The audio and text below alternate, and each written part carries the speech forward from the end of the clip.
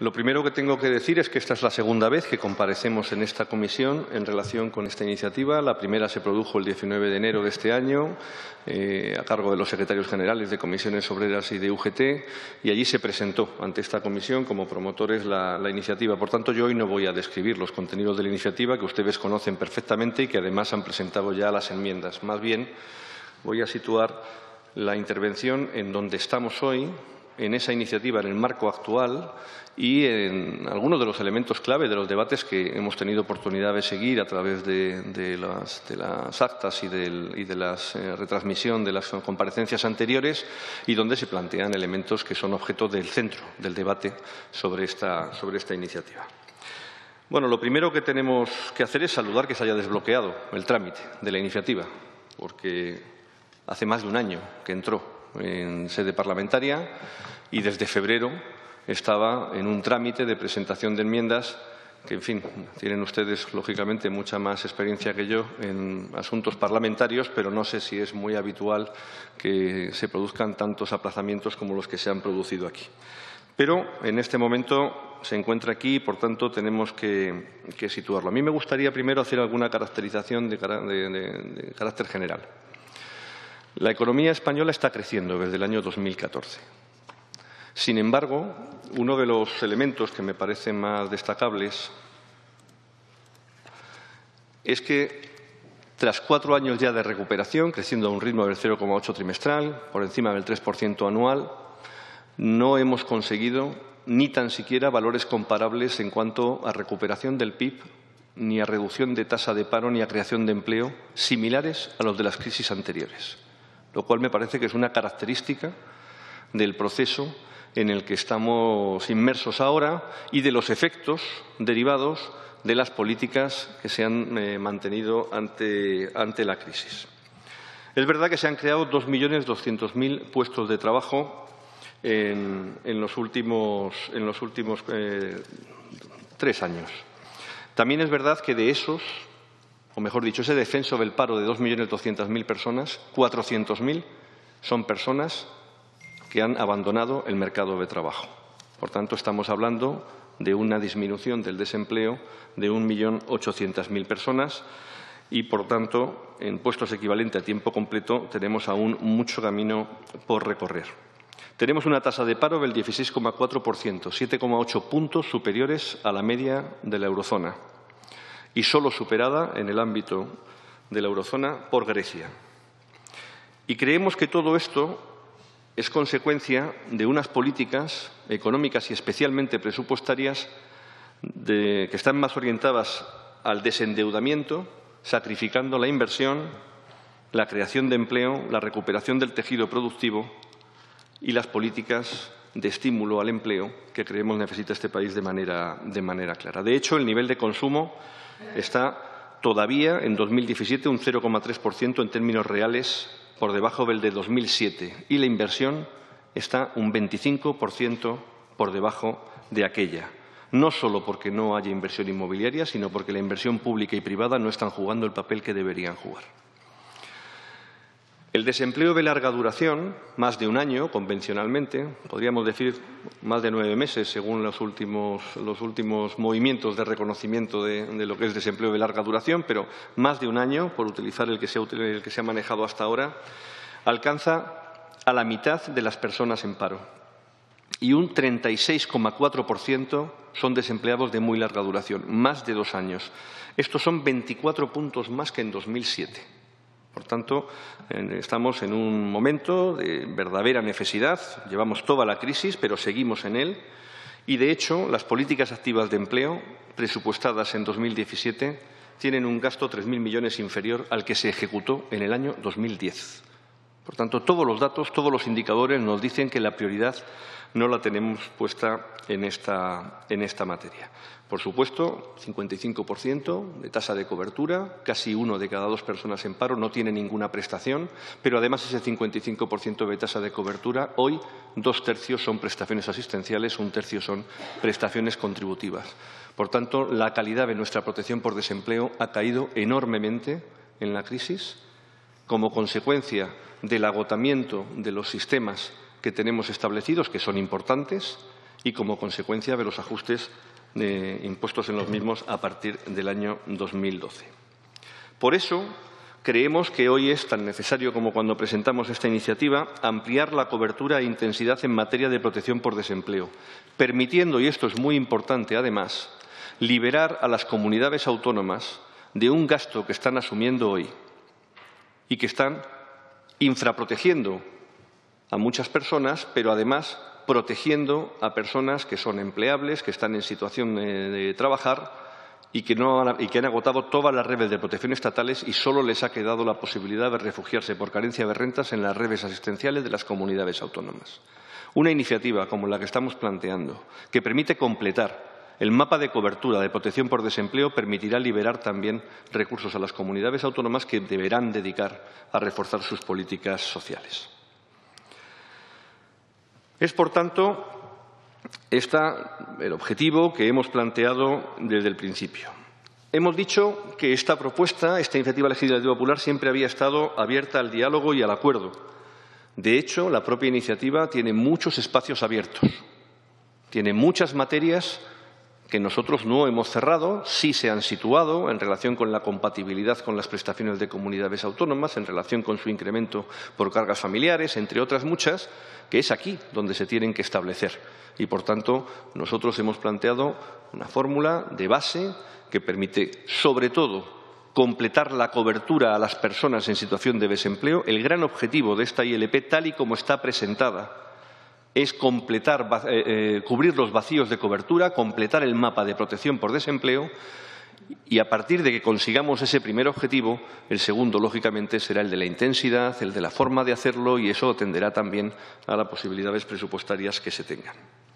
Por tanto, varios derivados de una situación en España que me parece relevante, y es que somos un país tremendamente ineficiente en términos de combate de la desigualdad. Ahí tienen ustedes un gráfico con unos cuadros sobre datos de Eurostat que indican la disminución, utilizando el coeficiente de Gini, la disminución de los niveles de desigualdad en España después de transferencias, después de la actuación de las políticas públicas en comparación con el resto de los países de nuestro entorno. España reduce 32 puntos los niveles de desigualdad. La media comunitaria 28 es de 40,5 puntos. La media de la zona euro es en ese mismo orden de 40 puntos. Portugal o Grecia son países que nos superan en la eficacia de sus políticas de combate a la desigualdad y nos colocamos en el 5º lugar por la cola del ranking de la Unión Europea. Por tanto, España tiene un amplio margen para realizar y desarrollar políticas contra la pobreza, en particular contra la pobreza infantil, para rebajar la desigualdad en materia de reparto de la renta. Esta prestación que hoy se propone aquí, como ya hemos dicho, tiene un clarísimo impacto de género. 2/3 de sus potenciales beneficiarios son mujeres. Tiene un impacto enorme también en materia de pobreza infantil y, además, tiene un impacto, o debería tenerlo, en materia de mejora de la calidad en el empleo. Y quiero explicar esto porque luego, cuando hable de las aportaciones que se han hecho aquí, se ha dicho que esta prestación podía desincentivar la aceptación de ofertas de empleo. Se ha dicho que se podía desincentivar la aceptación de ofertas de empleo por €1 más de lo que tuviera la propia prestación, 426, ahora 430, porque ya, como por fin el IPREN, después de 7 años congelado, se ha modificado este año, la prestación ya sería de 430 euros. Pues bien, tengo que decir que plantear que se puede cobrar en este país €1 más de 430 euros por una jornada completa es directamente desconocer que tenemos un salario mínimo interprofesional muy bajo, pero que se coloca en 12 mensualidades, que sería la variable comparable con esta ILP, en 773 euros. Por tanto, dudo que nadie pueda rechazar una oferta de empleo porque se le ofrezcan 431 euros. Por tanto, creemos que, al contrario, la precarización del mercado laboral con ofertas, en ocasiones, que encubren fraude en la utilización del contrato a tiempo parcial, puede ser combativa también con mecanismos o con medidas de estas características. Pero, en fin, sobre eso podremos volver a continuación. Quiero hacer una mínima referencia a un hecho que me parece muy relevante, coincidiendo con nuestra presencia hoy aquí. El pasado 17 de noviembre, en Göteborg, los países de la Unión Europea han aprobado 20 puntos de lo que se llama el Pilar Europeo de Derechos Sociales. No es que nosotros estemos especialmente satisfechos con el desarrollo de esos puntos, creemos que tienen que ir mucho más allá. Pero entre esos 20 puntos, el número 14 es un llamamiento al desarrollo de sistemas de rentas mínimas en el conjunto de los Estados, donde además los fondos sociales comunitarios pueden jugar un papel relevante también. Estaba el presidente del Gobierno de España en esa cumbre y se ha proclamado la declaración. Por tanto, creemos que es más oportuno que nunca abordar materias como esta, que permiten no avanzar totalmente en el establecimiento de una renta mínima en España, pero avanzar sustancialmente en una garantía de renta suficiente, en este caso, en el marco de la protección por desempleo.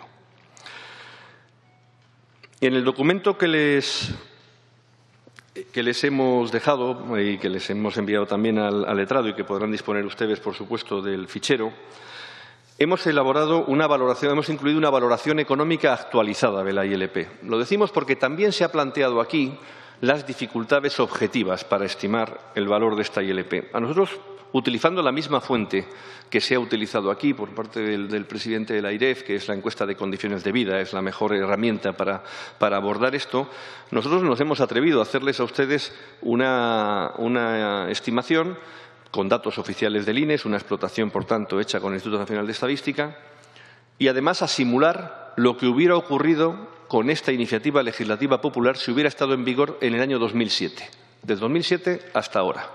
Y eso creo que nos da una foto bastante clara del funcionamiento de un mecanismo de redistribución de renta y de corrección anticíclica como este. Primero, del 2007 a ahora, estas son las cuantías que hubiera tenido la prestación y la prueba de rentas necesaria para acceder a la prestación. Y hemos incluido una tercera columna, que ahora explicaré por qué, que es el tipo medio de IVA que se aplicaba en ese momento. La razón de incluir esa referencia es porque partimos de una presunción, creo que bastante atinada, y es que una prestación de estas características va en un 100% a consumo. Por tanto, a la hora de estimar su coste, como mínimo, hay que descontar la recuperación de ese coste vía recaudación de IVA y, por supuesto, no vamos a aplicar el 21%, vamos a aplicar el tipo medio efectivo que la agencia tributaria nos dice que ha utilizado cada uno de esos años. Pero eso nos permite hacer una aproximación bastante razonable al impacto de la medida. Estos son los beneficiarios que se hubieran producido entre el año 2007 y 2017 con la definición precisa que tiene la ILP. Si ustedes aquí deciden que tenga otro perímetro, pues lógicamente estas cifras se moverán. Pero con la definición que tiene la ILP que ha entrado en las Cortes, la línea de abajo nos está indicando el número de beneficiarios inmediatos. Es decir, aquellas personas que al día siguiente de publicarse esto en el Boletín Oficial del Estado podrían acceder a la prestación porque cumplirían todos los requisitos que hay aquí. La línea de arriba nos dice las personas que podrían hacerlo 12 meses más tarde, porque cumplirían todos los requisitos. Saben que uno de ellos es el de ser demandante de empleo con 12 meses al menos de antigüedad. Claro, si eso lo observamos, estamos hablando de que en 2007, en un momento en el que la tasa de paro era bajísima, solo 116.000 personas hubieran accedido a la prestación de manera inmediata y hasta 1.358.000 podrían haberlo hecho en 12 meses. El pico lo encontramos en 2013, y eran 958.000 personas de haberse implantado en ese momento las que tendrían aplicación inmediata, algo más de 2.300.000 las potenciales en un año. Y en el momento actual, 2017, estamos hablando de 623.000 personas de aplicación inmediata, 1.923.000 la totalidad, porque las 623.000 están incluidas también en el 1.923.000. De hecho, a día de hoy seguramente serían algunas menos, porque estamos utilizando como fuente la encuesta de condiciones de vida y tenemos un decalaje temporal entre la fecha actual y aquel momento. Por tanto, seguramente sería una cuantía inferior a esta. Si hablamos del coste, con esta cifra que estamos planteando, vemos que el coste inmediato de aplicarse hoy esta medida serían 3.215 millones y el coste en un año serían 9.931 millones, cifras del 2017. Si le aplicamos a esas cifras del 2017 el tipo medio de IVA que hemos previsto anteriormente, que en este año era un 15,3, el coste real de la medida máximo, en el supuesto de que todos los potenciales beneficiarios la solicitaran, se colocaría dentro de 12 meses en 8.409 millones. Por tanto, estamos hablando de unas cifras que creemos que son manejables y que nos permiten completar el mapa de cobertura de los sistemas de protección por desempleo. Si analizamos la historia hacia atrás, vemos que en el año 2007 la cifra máxima era de 6.509, neta 5.774. Y en el momento máximo de la crisis más importante que hemos padecido en el último siglo, estaríamos hablando de un coste neto de 10.198 millones, descontado el efecto del IVA. Esto, visto en términos de PIB, significa que nos moveríamos entre un 0,53 y un 0,99 de PIB en los últimos 10 años, en los peores momentos y con los peores datos. No parece que la ILP, insisto, como está formulada, lógicamente puede tener más o menos beneficiarios, más o menos cuantía de prestaciones y, por tanto, eso afectaría a la estimación. En el momento en que salga de aquí será perfectamente posible hacer una estimación comparable a esta.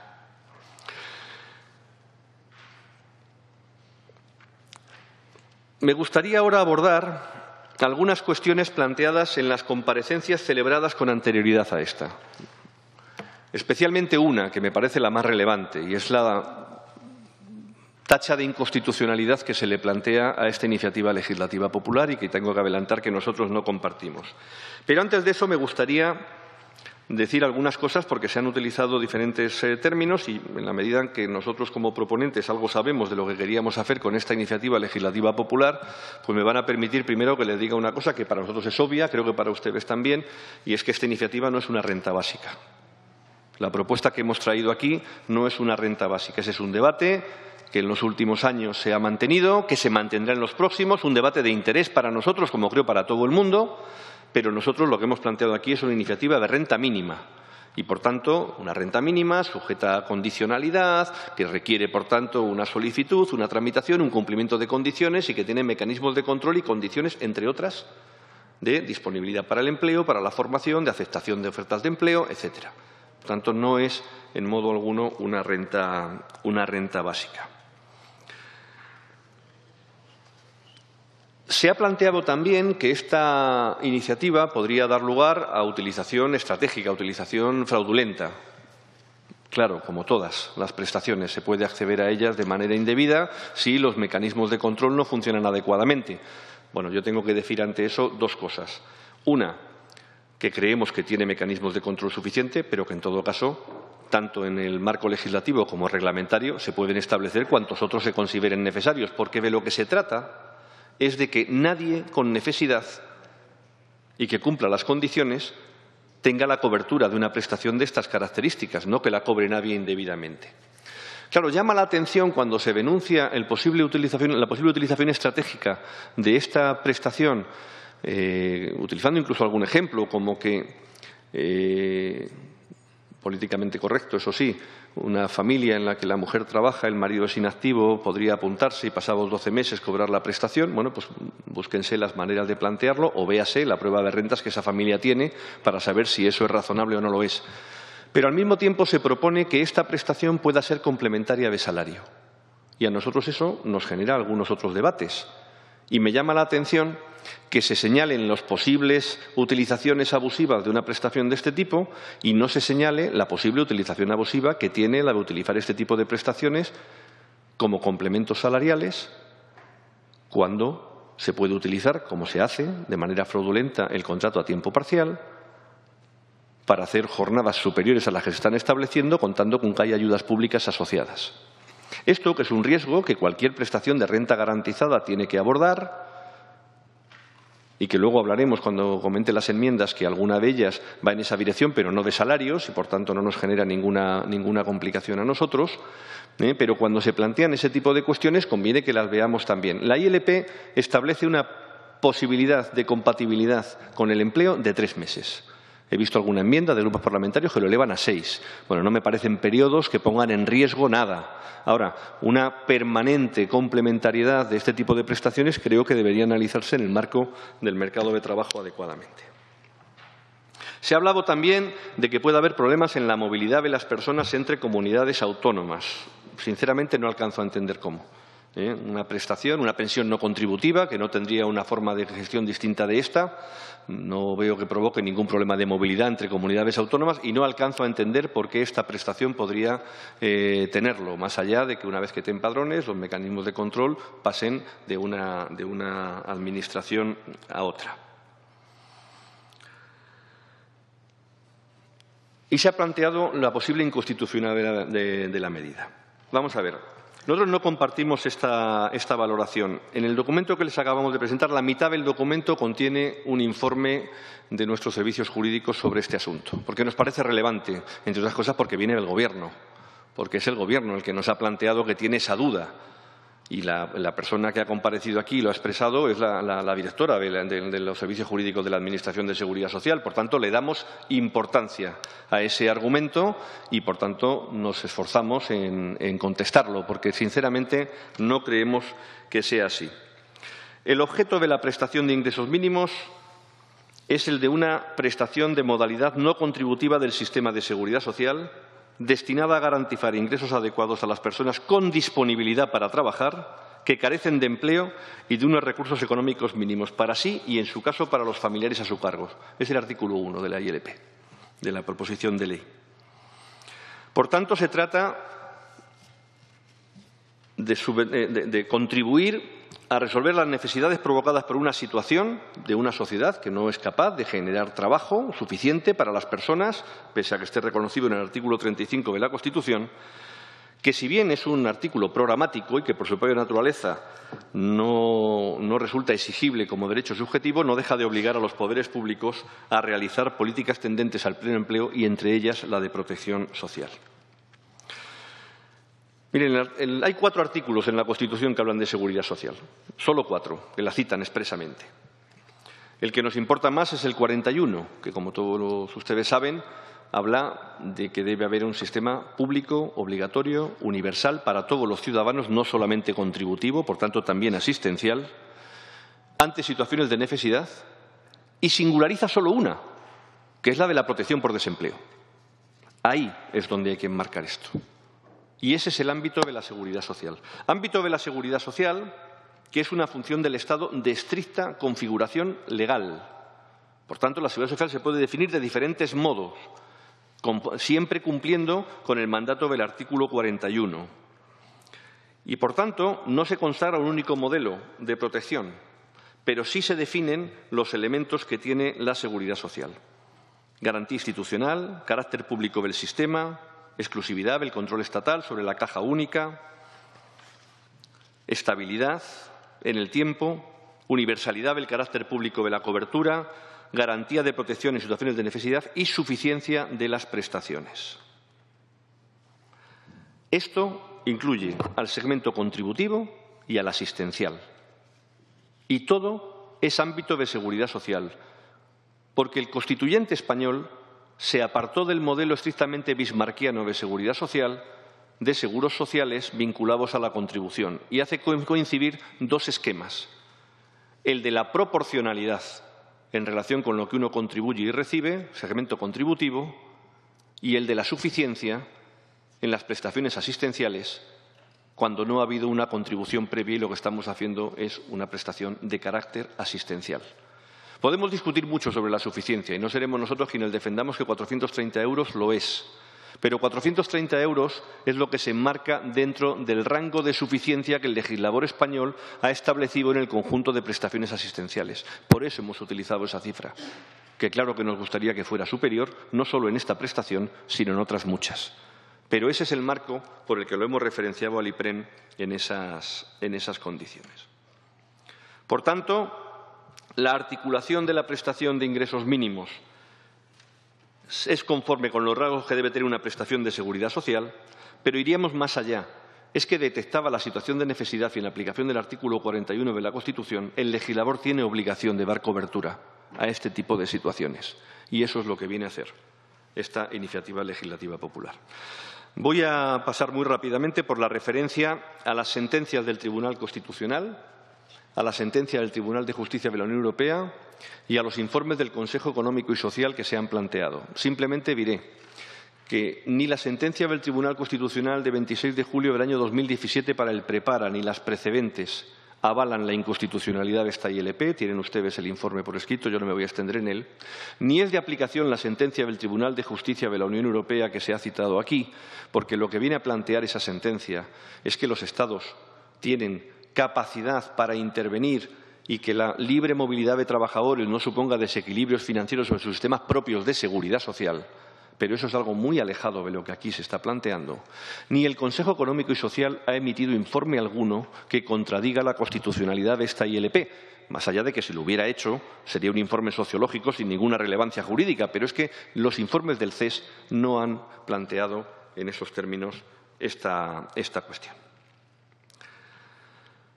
Y para terminar, me gustaría hacer algunos comentarios sobre las enmiendas presentadas. Voy a ser muy respetuoso en eso porque creo que son ustedes quienes tienen que alcanzar el consenso. Nosotros saben que estamos a su disposición para cualquier conversación, consulta, lo que ustedes consideren oportuno y tenemos el máximo interés como promotores de la iniciativa en que esto prospere. Hay algunas enmiendas presentadas a la exposición de motivos, que si alguien tiene alguna duda sobre el carácter de la iniciativa o de la proposición de ley, son perfectos marcos para que ustedes alcancen una definición de exposición de motivos distinta y que se adecúe de la manera más intensa o más clara al objeto de la norma. Hay enmiendas planteadas respecto a la compatibilidad con las prestaciones de renta mínima establecidas en las distintas comunidades autónomas. Miren, la ILP contiene, en nuestra opinión, ya esa previsión, de una manera ciertamente no expresa. Lo que habla es que será compatible con cualquier otro tipo de rentas que cumplan determinadas condiciones en las que creemos que pueden entrar las de las comunidades autónomas. Por tanto, no tenemos ningún inconveniente en decir que nos parece razonable que se produzca esa compatibilidad. Dicho esto, nosotros no hemos cuantificado la compatibilidad por una razón muy sencilla, porque tal y como estaba formulada la ILP, la relación con las prestaciones de las comunidades autónomas podía ser diversa, o dicho de otra manera, no es lo mismo la relación de esta ILP con una prestación de una comunidad autónoma cuya renta mínima garantizada es inferior a 300 euros o de 350 euros, por tanto inferior a esta ILP, que la de una comunidad autónoma que tenga una prestación que supere los 600 euros, como hay 3 de ellas, 4 con una ley aprobada hace unos pocos meses, y que tienen, por tanto, una relación distinta con ella. Esto podía dar lugar a diferentes formas de relacionar una prestación con la otra y a diferentes impactos en coste. Si nosotros leemos adecuadamente las enmiendas que se han presentado, se está hablando de una compatibilidad plena y, por tanto, hay que prever que la prestación de último recurso es únicamente la de las comunidades autónomas, que esta prestación no sería prestación de último recurso, que se cobraría en todos los casos y, en todo caso, sería o podría ser objeto de mejora o de prestación adicional en el marco de las comunidades autónomas. Pues bien, si eso es así, esa cuantificación sí la tenemos hecha. Y esa cuantificación son 1.500 millones adicionales en el coste de la iniciativa legislativa popular, que descontado el efecto del IVA que les planteábamos antes, estaríamos hablando de un coste neto de 1.270 millones, que lógicamente significa, pues en cada comunidad autónoma, la aportación de unos recursos que hoy están dedicando a cubrir a personas en situación de exclusión social, tendrán que seguir haciéndolo, y a personas en situación de ausencia de protección por desempleo, que podrá ser cubierta desde esta ILP, y por tanto esos recursos que están dedicando esas comunidades autónomas los podrán dedicar a otras políticas sociales. Se ha planteado también el incremento de prestaciones por cargas familiares. La razón de no haber precisado en la ILP esta cuestión era precisamente dejar abierto a esta Cámara la intensidad de esa necesaria mejora de la prestación y el proceso temporal de su puesta en marcha. Con la estimación que les acabamos de hacer, creemos que es aquí donde se tiene que alcanzar este acuerdo. Se ha planteado también la posibilidad de convertir la renta mínima que contiene esta ILP, esta prestación de ingresos mínimos, en una renta garantizada. Hay alguna enmienda de alguno de los grupos que viene a plantear que esto tenga un tratamiento de renta garantizada. Mira, a nosotros no nos parece mal el concepto de la renta garantizada.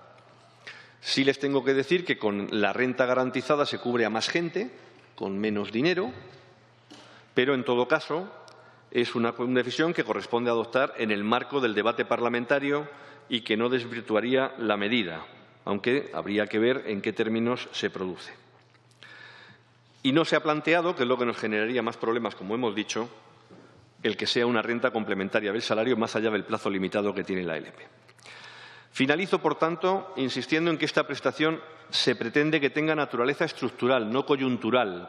Por eso se separa completamente de cualquier programa temporal de protección por desempleo. Por eso no es de aplicación ninguna sentencia del Tribunal Constitucional vinculada a programas temporales de protección por desempleo, sino que estamos hablando de un mecanismo de protección estructural, equilibrada entre los mecanismos de protección que incluye, junto a los incentivos de búsqueda y acceso al empleo, con una cuantía de la prestación que, como he dicho, puede ser mejorable, pero se inserta en la lógica del sistema de protección social asistencial en España, que padece de la falta de actualización, como he dicho, porque el IPREN ha estado congelado entre 2010 y 2016, descongelándose por primera vez este año, y que prioriza extender la cobertura al mayor número de personas posible, resolviendo lagunas de nuestro sistema de protección social y que, siendo una medida muy potente, muy importante y un hito de llevarse a cabo,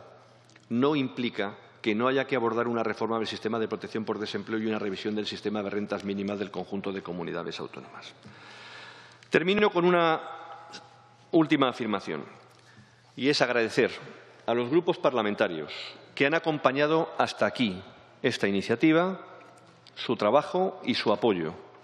Somos conscientes que la admisión a trámite, que el debate de enmiendas a la totalidad ha requerido de un esfuerzo por parte de todos ustedes que agradecemos y que les pedimos mantengan hasta el final de esta iniciativa porque creemos que lo merece. Pero no queremos limitarnos a dirigirnos a los grupos parlamentarios que han apoyado hasta ahora la iniciativa, porque nos parece que esta iniciativa, para que tenga la mayor estabilidad, la mayor garantía de permanencia y tenga el mayor respaldo posible en la Cámara, lo cual significa la mejor garantía de futuro para el conjunto de ciudadanos, debería sumar, si es posible, el apoyo de los grupos que no lo han apoyado hasta ahora. Y en ese sentido, tanto el Partido Popular como Ciudadanos son partidos a los que nos gustaría solicitarles que en el trámite que tienen por delante, sin más dilaciones de las debidas, se produzca la finalización de este debate y la aprobación de una medida de esta magnitud. Muchas gracias.